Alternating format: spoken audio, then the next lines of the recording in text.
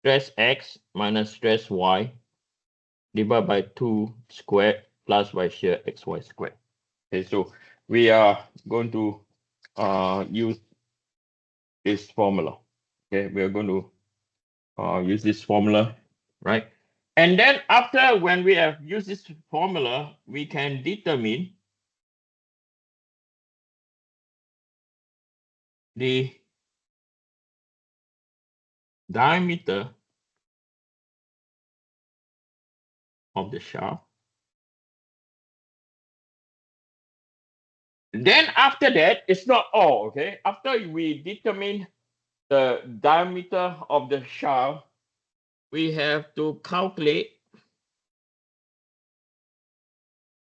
stress max and stress mean to ensure that yielding will not occur.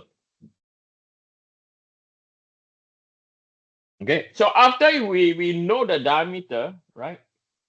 Based on the shear stress criteria, which is over here, tau max. Okay. Then we have to determine our normal stress max, normal stress mean. Make sure that it's within what? Make sure that the normal stresses are within the boundaries of 100 KSI and minus 100 KSI. Okay. So by doing this, we are checking that the whole 3D mole circle are within the what? Within the boundaries. Okay, that's what we're trying to do. Okay. So from here, I'm going to bring this diagram across. Right. Okay, I'm just going to bring this diagram across.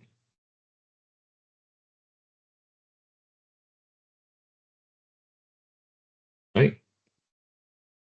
And then we are going to be fixated with this formula over here. Yeah, I'm going to change the formula a bit. Okay. So we know, right, based on the orientation down here, it's going to be the shear max will be equal to normal stress X minus by stress Z divided by 2 squared plus by shear XZ squared. Okay. So this is, I hope this is nothing difficult. Okay. So let's look at what we need to determine. So the set of formula we have to determine is stress X, or to use, is equal to minus Px over A, right? And then minus, I think it was minus, can't remember already. I think it's mz. Is it mz? Let me see. We analyze. Yep, mz over izz multiplied by y. Okay. Then we have to determine our shear xz, which is equal to tx over j multiplied by c. Okay.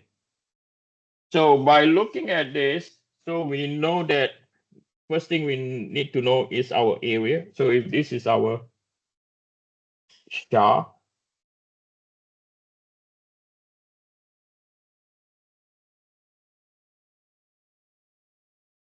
right? This is our shaft. The distance from here to here, this is our C. Okay. So you know that the area is equal to pi C squared. And IZZ, so just going to write down here, IZZ is equal to pi over 4 C to the power 4. And we also know that the relationship of IZZ or J is equal to 2 IZZ. So this is equal to pi c to the power 4 divided by 2. Okay, so we have, I think we have all the values now. Okay, so let's look at the normal stress. Okay, so again over here I'm going to write down here, we are going to be, so this is our element I. Okay, so we're going to focus on element I.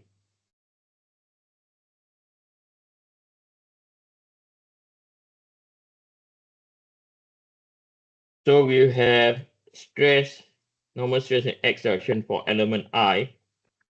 So you have minus the px, the load is 2,500. And then we are going to divide by the cross-sectional area, right? And then we're going to minus moment about z.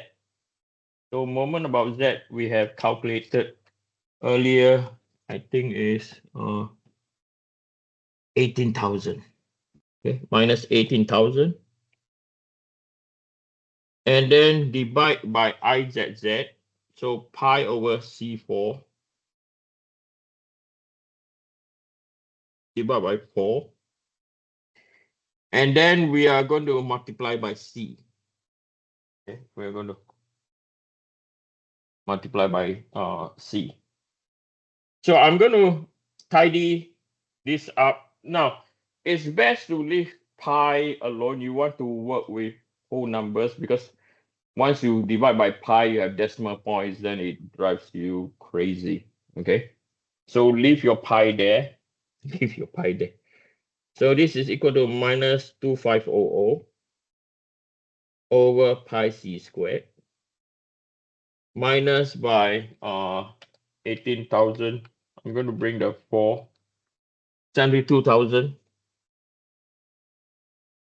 And this will be equal to pi c cubed, right? So I'm going to make them share a common denominator. So this will be equal to minus 2500 c minus by 72,000. And the whole thing will be equal to pi c cubed. Okay. So this is where we have our equation number 1. Right? So we know what is our normal stress in X. Okay. We know that stress Z at I is equal to 0. There's no value. And then the next thing we're going to do is we're going to do the shear XZ for our element I. Okay. So this will be equal to the torque, which we calculate earlier, which is 27600. And then we're going to divide by pi C4 divide by 2 and then multiply by C. Okay. So this in turn will be equal to 27600. So 55200. And then divide by pi C cubed. That's our equation number 2. Okay. So from here, we are going to substitute equation 1 and 2 into tau max will be equal to square root of stress X minus by stress Z divided by 2 squared plus by shear XZ squared. Okay. And we know that this is equal to what? We know that this term over here is equal to 0. Yes or no? Okay. So that is a straightforward part. Okay. So given to us that this is equal to 50 times 10 to the power 3, right? Now, why we use this, as I said, is from 3D Mohr circle analysis. Okay. If we were to find out that from 3D Mohr circle that we have stress mean is equal to 0, then that expression will change. You all can see that now, right? Okay. But we know by a sketch to see which formula to use. Okay. So this will be equal to square root. So we have minus 2500 C minus by 72,123 over, now you have to include the 2 over here, and then you have pi C cube, and then you have plus, okay, and that, sorry, before I'm going to miss the square, and then we go plus the shear 55200 over pi C cube. Okay. So what we need to do next is just now you can solve this equation already, okay, by using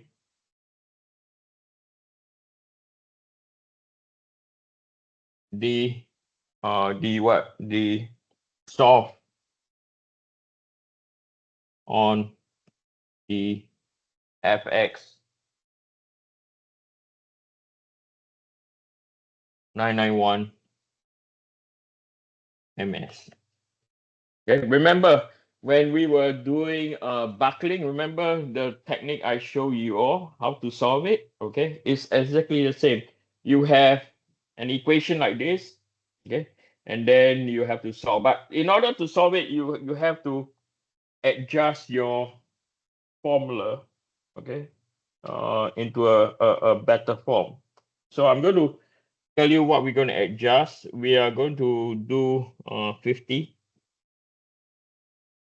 times 10 to the power 3 squared, okay, and then this will left with minus 2500 C minus 72,123, and then over here is squared, and we bring over here 2 pi C cube, and then plus by 55200. I missed the square down here. Okay. Okay, we have 55200, and then we have our pi C cube, and then squared. So what I'm going to do is I'm going to bring over, right? I'm going to bring you have a 2 at the denominator, okay? So the 2 at the denominator, I'm going to have a introduce a 2 down here also, right?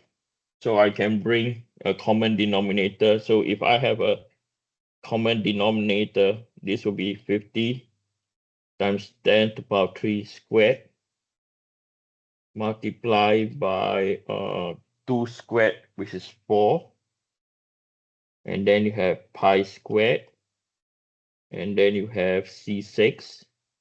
And this over here will be equal to minus 2500 C minus by 72,123 squared plus, so to have 2, so this is 55200 times 2, right? So this is 5520 times 2 is equal to 110,400.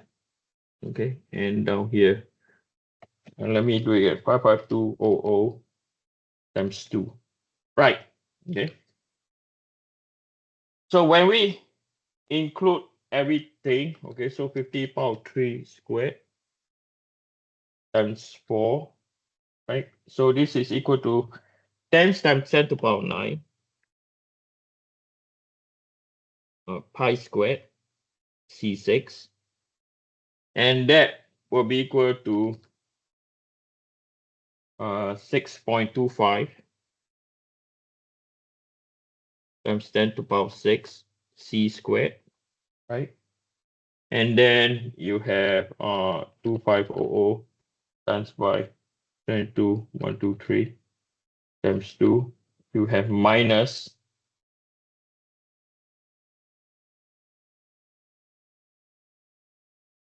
and then you have plus 5.184.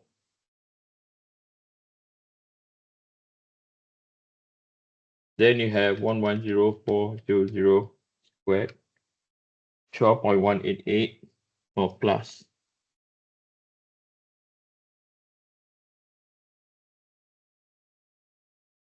Okay, so from here, when we tidy things up, you have 10 times 10 to the power 9 pi squared C6.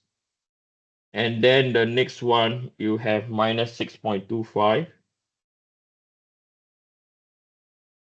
C squared plus by 360 times 10 to the power 6 C. And then you have minus 5.184 plus 12.188, 17